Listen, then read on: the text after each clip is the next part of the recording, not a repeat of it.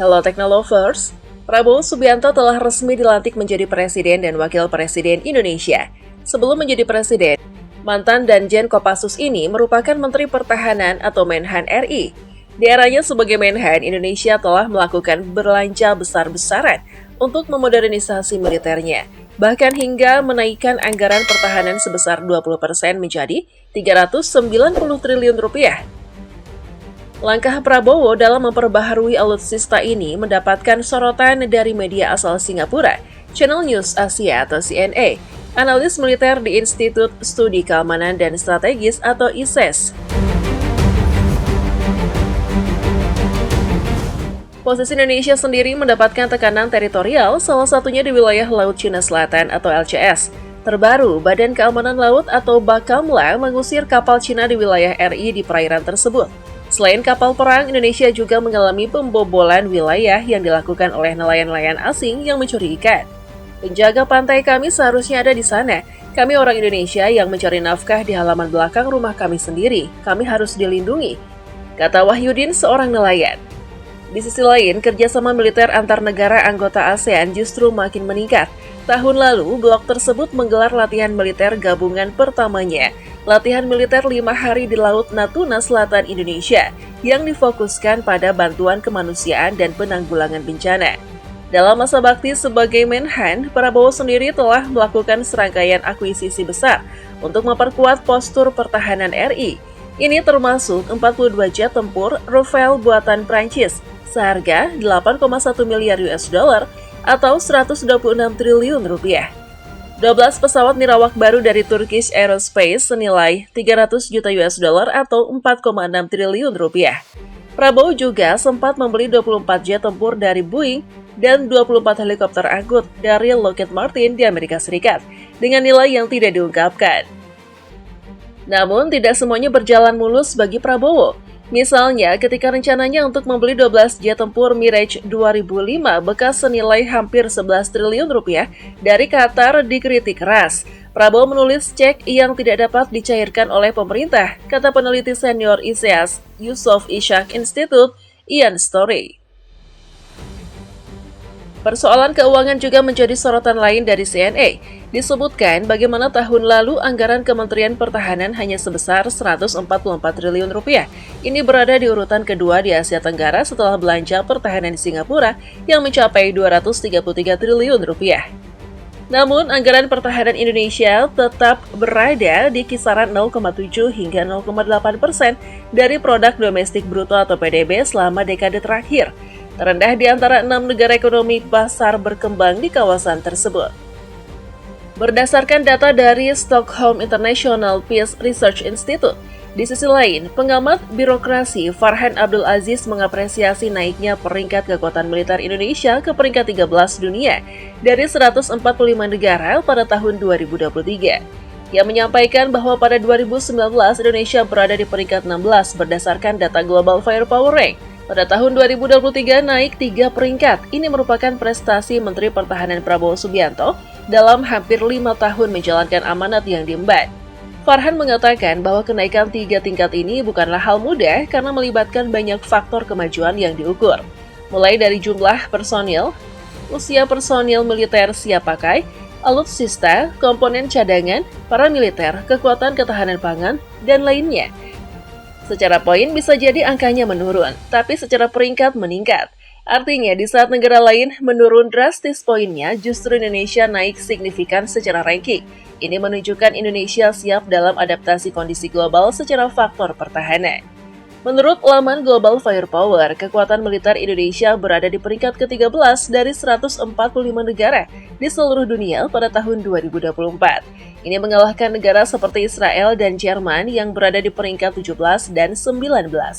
Amerika Serikat tetap berada di nomor 1, Rusia berada di nomor 2, dan Cina berada di nomor 3. Nah, berikut ulasan lengkap mengenai pertahanan Indonesia yang semakin garang.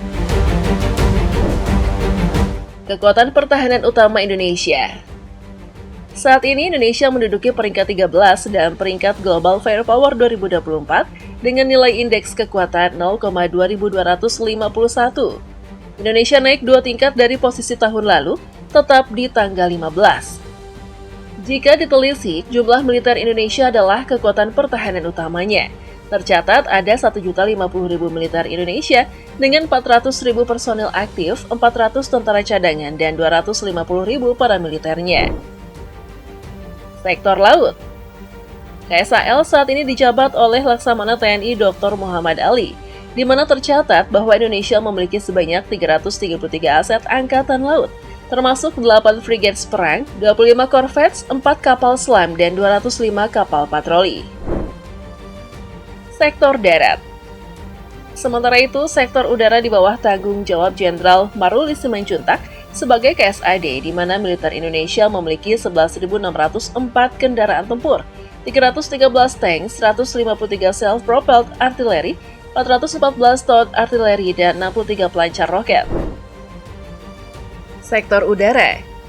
Di sektor udara dengan dipimpin oleh Marsikal TNI Fajar Prasetyo, tercatat bahwa Indonesia memiliki 474 pesawat tempur untuk Angkatan Udara, termasuk 41 pesawat tempur, 37 pesawat tempur serangan khusus, 68 pesawat transport, 130 pesawat latih, 17 pesawat misi khusus, 1 tanker, 210 helikopter, dan 15 helikopter serang.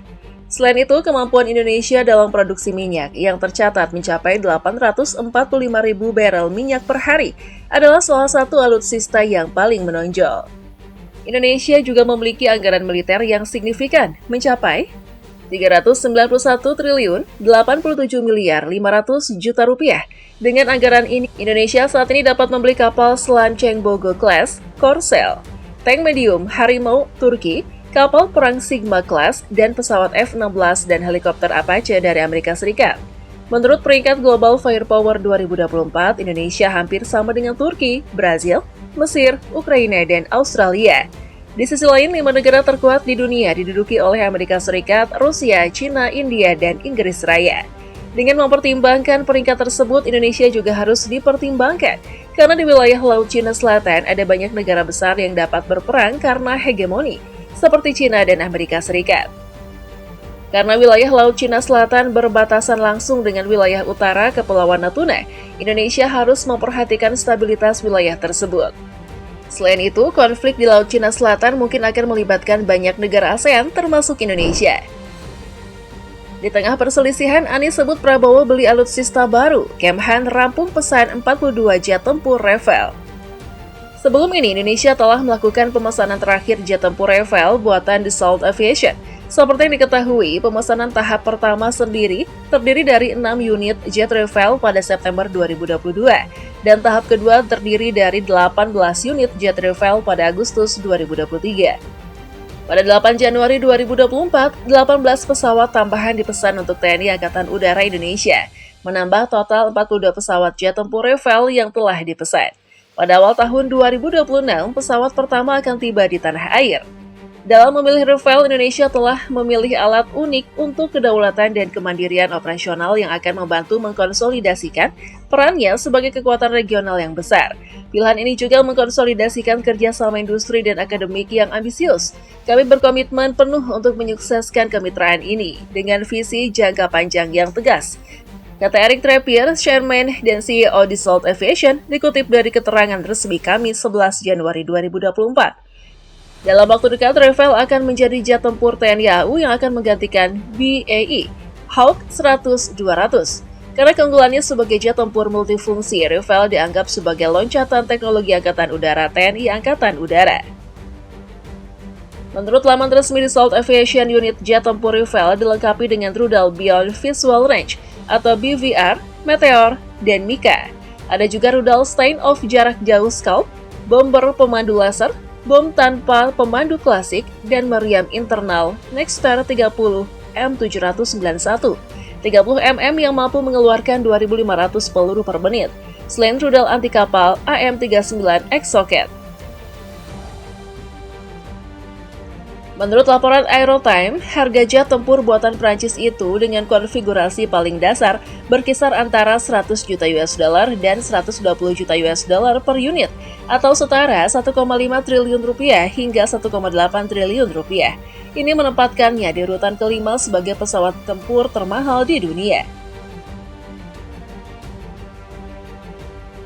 Pada debat ketiga calon presiden 2024 pada 7 Januari lalu, pengumuman rampungnya pemesanan jet Rafale datang di tengah kritik publik terhadap anggaran Kementerian Pertahanan. Anggaran Kemhan untuk pembelian alutsista baru 700 triliun rupiah. Prabowo mudah-mudahan sadar dan arif. Sebelumnya, Prabowo Subianto menanggapi pernyataan Anies Baswedan tentang anggaran Kementerian Pertahanan atau Kemenhan senilai 700 triliun rupiah yang digunakan untuk membeli alat utama sistem senjata atau alutsista bekas. Prabowo menyatakan bahwa saatnya telah tiba antara dia dan Anies untuk membahas masalah tersebut. Prabowo masih ingin suasana politik tetap positif. Dia meminta semua pihak yang memiliki tujuan tertentu untuk cepat sadar. Minggu 7 Januari 2024 adalah hari di mana debat calon presiden dan cawapres ketiga akan diadakan dengan berbagai tema. Anies Baswedan, Prabowo Subianto, dan Ganjar Pranowo sedang mempersiapkan gagasan untuk berbagai topik, seperti pertahanan, keamanan, dan hubungan internasional. Di awal debat, Anies langsung menyindir tentang anggaran Kementerian Pertahanan sebesar 700 triliun rupiah. Ini adalah momen yang menarik. Dia mengatakan secara paradoks, anggaran sebesar itu hanya dialokasikan untuk membeli alutsista bekas. Kekuatan militer sebuah negara adalah salah satu faktor penting dalam menghadapi dan menghindari konflik. Kekuatan militer yang kuat tentu dapat menjadi penghalang yang efektif bagi negara lain yang memiliki niat buruk. Meskipun Indonesia saat ini berada di puncak ASEAN, ia masih perlu meningkatkan kekuatan militernya. Ini karena pihak-pihak yang mungkin terlibat konflik memiliki kekuatan internasional.